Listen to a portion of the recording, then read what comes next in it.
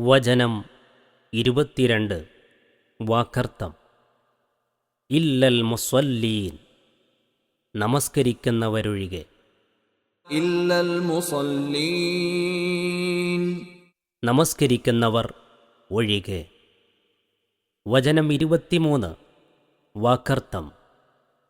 അല്ലദീന, അതായത് യാതൊരു കൂട്ടർ. ഹും, അവർ.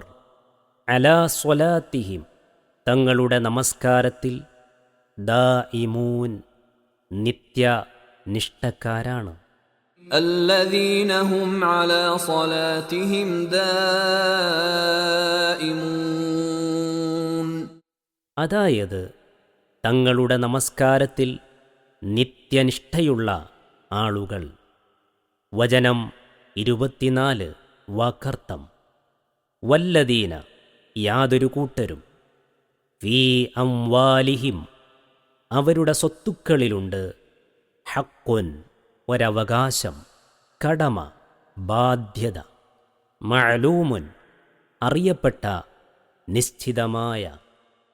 വല്ലദീന ഫീ അംവാലിഹിം ഹഖ്ഖും മഅലൂം,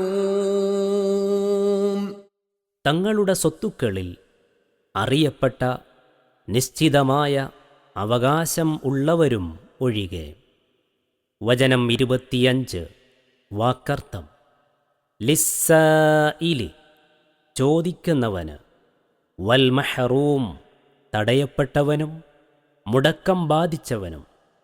ലിസ്സായിലി വൽ മഹ്റൂം, അതെ, ചോദിക്കുന്നവനും ചോദിക്കുന്നതിന് മുടക്കം ബാധിച്ചവനും. വചനം 22 മുതൽ 25 വരെയുള്ളതിൻ്റെ വിശദീകരണം.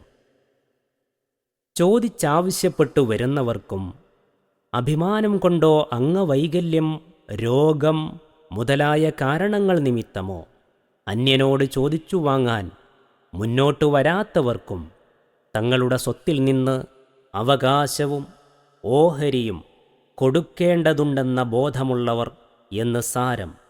സൂറത്തു ദാരിയാത്ത് 19-ാം വചനത്തിൻ്റെ വിവരണത്തിൽ വായിച്ചതെല്ലാം ഇവിടെയും സ്മരിക്കുക.